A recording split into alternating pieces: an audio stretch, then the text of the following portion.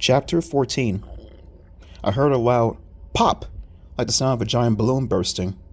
A blinding flash of white light made all three of us cry out in surprise. Blinking, I turned to the window. Morning sunlight flooded into the kitchen. Silence out there now. We dove to the window and peered out. I could see enormous, deep footprints running the yard. But no dragon. No dragon. It had vanished. Connor, you're a genius, Kyle declared. He slapped me hard on the back, so hard I nearly went flying through the window. Emily started to laugh. Before we realized it, all three of us were laughing, hugging each other gleefully. We were so happy the dragon was gone. But as I glimpsed the box of cards on the kitchen table, I stopped laughing. We've got to return this to Mrs. Arwood. Now, I said. He told us the truth, Emily murmured, staring worriedly at the card deck, as if it might explode at any second.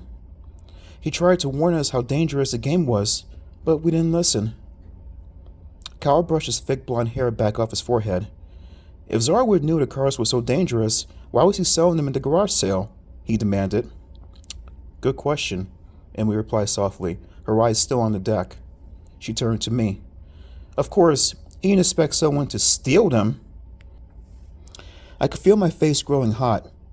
Don't worry, I'll never steal anything again, I declared. And no more role-playing games. From now on, I'm sticking to Go Fish. We're wasting time, Kyle said. Let's return the cards. Will you come with me? I asked. Maybe if all three of us go, Mrs. Arwood will give you such a hard time. They exchanged glances, then nodded. Okay, let's go, Emily said. I reached for the box of cards. As I picked it up, the lid slid open, and a card fell out and fluttered to the floor. I bent to pick it up, and cried out in surprise when I saw the figure on the front of the card. Check this out, I cried. I didn't see this card before. I stood up and held out the card so they could see it. It's Mr. Zarwood, Emily declared. Yes, there he was, his white hair glowing, his stiff white mustache standing straight out, his round blue eyes staring out the card at us. Look what it says in the back, I said. I turned the card over so they could see the word wizard. It's a wizard card, Kyle said thoughtfully.